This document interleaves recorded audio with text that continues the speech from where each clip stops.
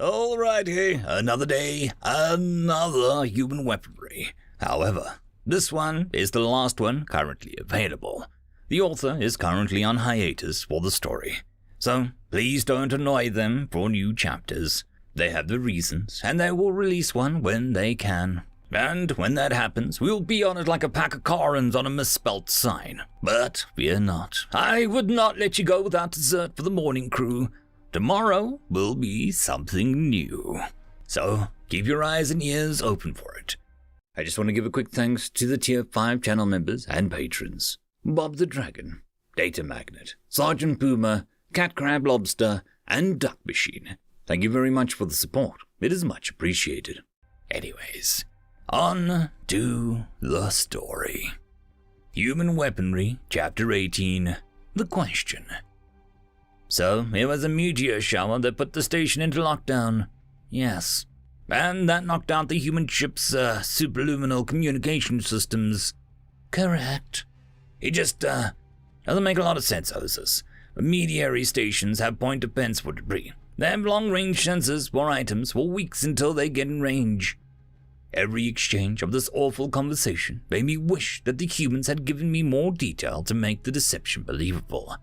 I'd have to try and make something up on the spot.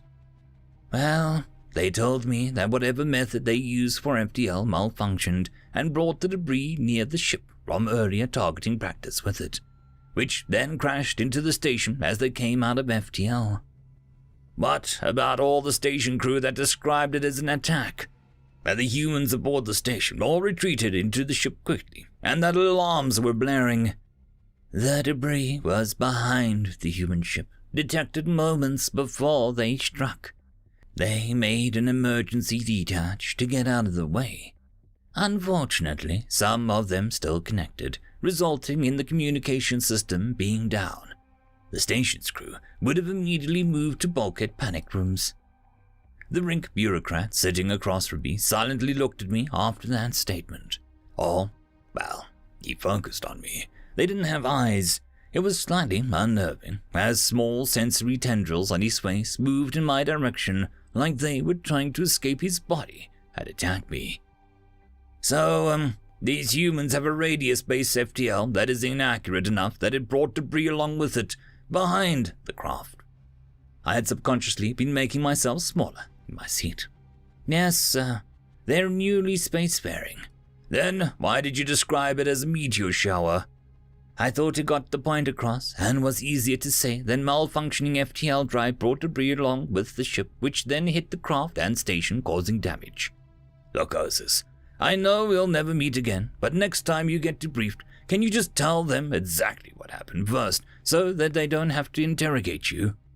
I sat up. He had finally relaxed. Yes, of course, I apologize. I was only trying to make this easier. Thank you. I'll waive your missing status and write in your reason for your absence from contact. I stood up and made my way to duck under the door. Oh, and you might want to get your uniform cleaned. That ship left you with a weird, acrid, metallic smell. That was a funny thought. He was describing the smell from the weapons the humans were using. The chemical propellant released a harsh odor, slightly annoying to me, but I'm sure that it was near unbearable to his senses. Impressive composure. I walked out of the room to the landing bay and got back into the transport ship the humans had provided. It was clearly a military ship, likely for troop deployment, as the interior was lined with seats with little luxuries. U.S. Marines was blazoned on the side of it. Oh, how'd it go? You know, Garrick, I read that there are billions of humans on Earth alone, and I'm guessing about 1,000 crew on your ship. I didn't know I was so charming as to get you following me around personally. He chuckled and lowered his sun visor. Don't flatter yourself. I was assigned to guard you personally, so if anyone has a hard-on for you, it's the U.S. government. What does that mean? Don't worry about it. We've got to get going. I'll take quite a while to break the atmosphere and get into stable orbit before we can rendezvous with the Indianapolis. We had stopped in the first available system with Federation-guarded planet. This meant that there was at least one military administration complex that I could check in at. Other than that, It was a small agricultural planet, which did have the desirable effect of making the trip up very pretty to look at. Garrick hadn't been allowed in, as humans are not registered Federation members. Not yet, anyway. He also likely wouldn't have been allowed in anyway, considering that he was dressed in full battle armor, and likely would refuse to surrender his sidearm. It was refreshing to be in a familiar place, though. The same building and uniform aesthetic as I was used to. Finally, the humans were the ones out of place. Is that the first ever non-Earth planet that you've been on? Garrick made a face, sort of as solemn like he was looking at nothing. However, he quickly turned and looked out the small window behind him. Actually, no. But this is strangely familiar. Lots of green. I sat, turned around, resting my head on the back of my seat. Most other planets are a deep purple where I'm from. Is that common? Not particularly. Plants on most planets are green or pinkish. To those with our level of color perception, anyway. That made Garrick laugh, which seemed like a weird response.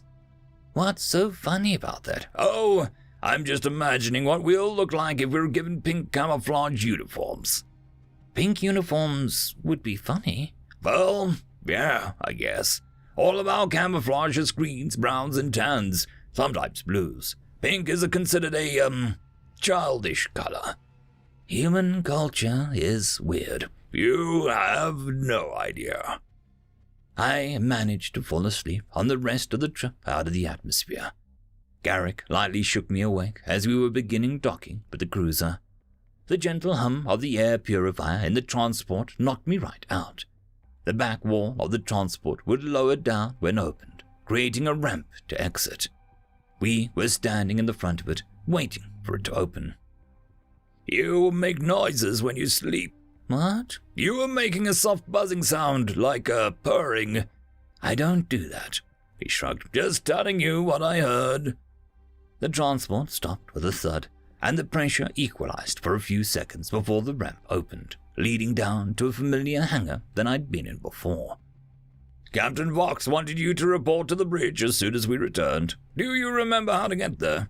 I believe so. It's all clearly labeled anyways. Every level of the ship that didn't have an elevator had a ramped surface to walk up alongside a larger set of steps, but those were harsher on my anatomy. After going up the elevator, I went towards the large blast doors that led to the bridge. The guards there must have known that I was coming and opened the door for me. The captain, in her usual white uniform, beckoned me over to a meeting table in the bridge. She sat down and took off her head garment again. So, did they buy it? Buy what? No, I mean, did they believe what you told them? Yes, they marked me as being no longer absent in system, and inputted equipment malfunction by debris impact as the cause. That's brilliant, Hoses. You made the right decision. Did I? I'm still not sure if I agree with you that the Federation shouldn't get involved. Hopefully, I'll be proven right with the coming conflicts, which leads me into a question. You're not going to make me lie again, are you? Oh, no. That was awful to have you do that. Rest assured, all acts of espionage will be committed by willing humans. The Admiralty has asked that I ask you to stay with us longer, though you would of course be allowed to collect more personal effects from wherever you live. But, why? I already did what I came here for. I am no diplomat. That's precisely the reason you're no diplomat. We want you as basically a civilian advisor. Someone that isn't just going to tell us what we want to hear, and that doesn't have a political agenda. Also, you haven't seen half of the weapons we have to offer. I'm sure your superiors would be willing to have you stay with us longer to surveil more of our military. There were two thoughts about this. One was that I should have been thinking, that is, no, I want to go back to my station and get out of this chaos that has put me in dangerous situation more than once. The less rational thought was that these few cycles had been more interesting than anything I had experienced prior, and that the humans were strangely relatable. However, given the uncomfortable nature of sitting silently while someone is expecting a response, I will ask if this is acceptable. End of chapter. And that, my friends, concludes this video. I hope